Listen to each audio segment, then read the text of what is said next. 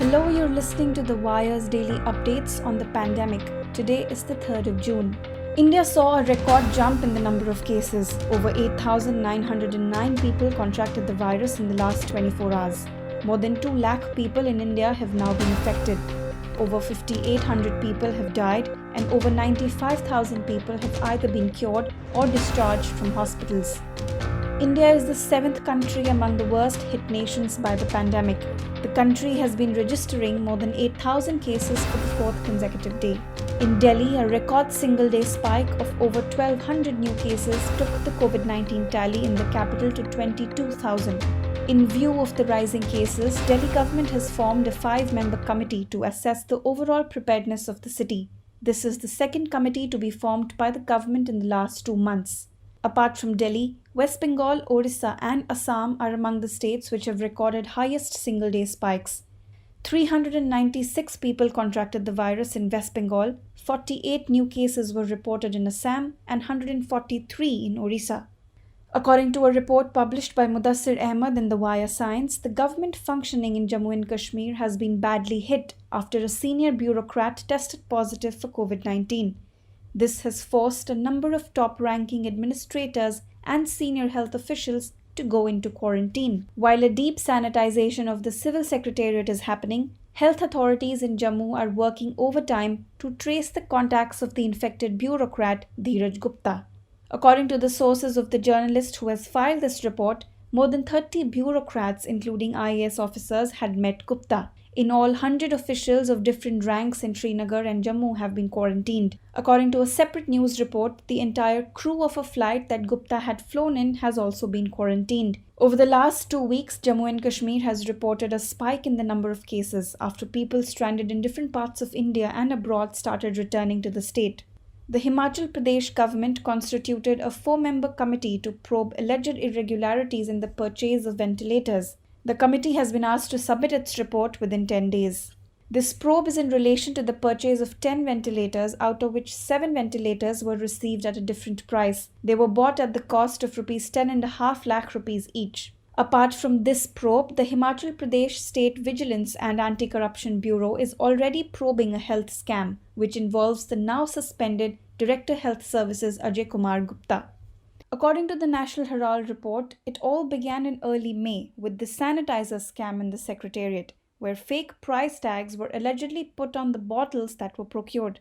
Following this, an audio clip surfaced in which the Director of Health Services, A.K. Gupta, was allegedly heard seeking a bribe of 5 lakh rupees. Following this, on the 27th of May, BJP State Chief Rajiv Bindal resigned from his post, saying that he was doing so to ensure proper investigation into the case of alleged corruption by the director. In his resignation letter that was sent to BJP President J.P. Nadda, Bindal said that he was tendering his resignation on high moral grounds, as some people were dragging the party's name into the alleged corruption by the health official. Both Congress and the CPM have demanded a probe by the sitting High Court judge, while conveying that the Vigilance Department investigations cannot be independent in the given circumstances. Meanwhile, a spokesperson has stated that the Health Directorate has prima facie not found any irregularity in the purchase of ventilators, and that the high-level investigation committee was set up for making the whole process more transparent. Haryana's Additional Chief Secretary of Health, Rajiv Arora, has issued notices to various private laboratories in Gurgaon for not sharing proper data of testing samples with the state government. Arora has also written to ICMR and the union government saying that as many as 20 private laboratories in Gurgaon were not sharing any testing samples with the state government. According to the Indian Express, the state's health department had found that even the address and phone numbers of those tested in private laboratories were fictitious and incorrect in several cases.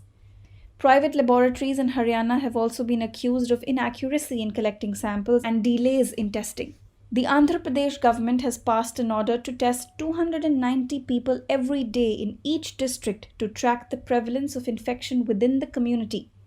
The health department of the state has ordered that from construction workers to agricultural laborers and vegetable vendors to shopkeepers, there are 15 categories of people who will be tested every day in each district as a part of the surveillance.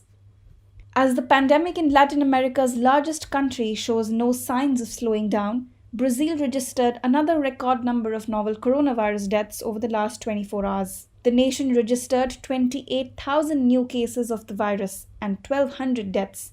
There are now 5,55,000 total confirmed cases in Brazil and over 31,000 deaths. This spike comes as some Brazilian leaders, including President Bolsonaro, continue to belittle the virus, warning that the economic fallout from the quarantine measures will be worse than the virus itself.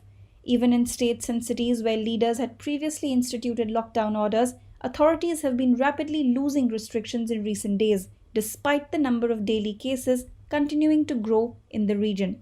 That's all for today. Thank you for tuning in. You were listening to The Wire's daily updates on the coronavirus pandemic. We will see you tomorrow. Until then, stay with us and stay safe.